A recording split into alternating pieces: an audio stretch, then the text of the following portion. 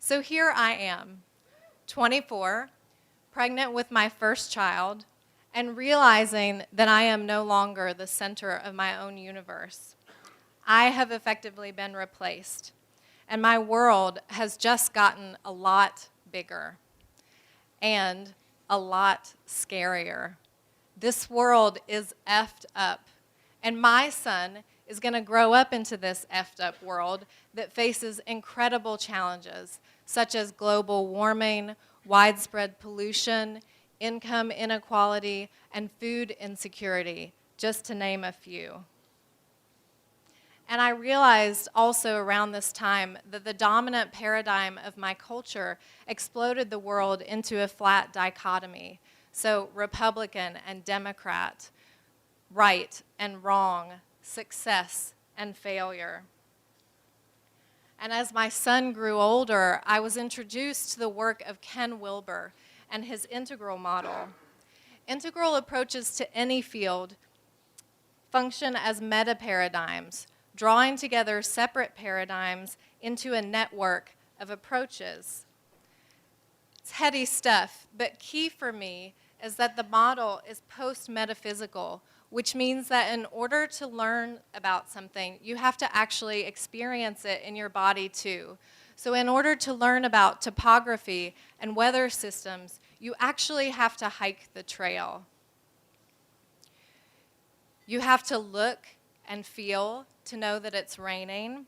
You have to use a microscope to actually see an amoeba, and you have to meditate and get in touch with your own interior before you even have a chance at understanding what Zen masters are actually really talking about. So the question that comes up is, what does this mean in the classroom?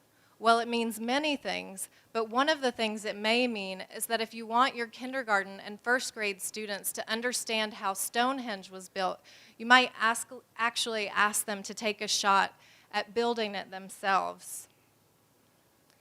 We use several tools at Odyssey to facilitate our lesson planning. So this specific tool describes different perspectives of consciousness. I, your, because in this model, the experience of consciousness can't be complete without considering each piece of the perspectives. So that means we ask our students to consider perspective in a variety of ways, in something as simple as a visual art class, or something as complex as creating a three-dimensional structure like Stonehenge. And we take that thinking to a deeper level too. For example, in a flash meditation mob in the heart of downtown Asheville, these are our middle school students. As a teacher, some of the questions you might ask your students are, what does it feel like to hold your center in the midst of intense activity? What is it like to be the watcher, experiencing that from the outside? We build these skills through reflection and connection. So every class at Odyssey from pre-K through high school has a daily time for centering, which includes meditation, drawing, painting, music, yoga, and other kinds of physical movement. And we also set goals. So our students set personal goals weekly, which can include something as momentous as learning how to ride a bike for the first time, or something as challenging as trying to build a solar cell. We connect and grow together consciously. So the question is this utopian, what we're doing together? Because it's not. Our faculty are normal humans. Our students are normal kids, which means that we get mad, sad, angry, scared, and have seemingly endless variations of conflict that come up in the day-to-day living together. And we reflect on the shadow part of ourselves. That means everyone, administrators, faculty, and students in developmentally appropriate ways down through the grade levels, which means that we take a good long look into the mirror of our own interior, sometimes in the most difficult moments.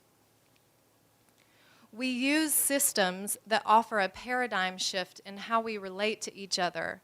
Some of those systems are compassionate communication, positive justice, positive discipline, and restorative justice.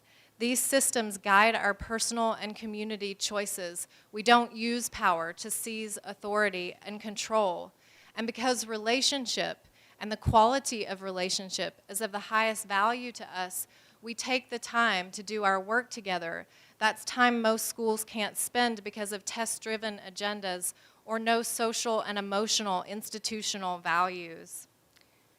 Because I believe that our cultural obsession with productivity isn't integrated into a hierarchy or a paradigm that accurately assesses value for our children or accurately places them in the real world context that they're growing up into. Public education, at least currently in America, systematically produces children who are expected to learn within defined fields of study, often using rote questions and answers rather than getting to the next wave of human capabilities. Integral education actually expands beyond those fields to develop resilience in open systems, which means developing a tolerance for ambiguity, paradoxical thinking, self-knowing, compassion, and perhaps, above all, presence. This is so our children can respond to the world they are inheriting from us, and they are prepared to lead and find real solutions to the very real challenges and adventures that they face.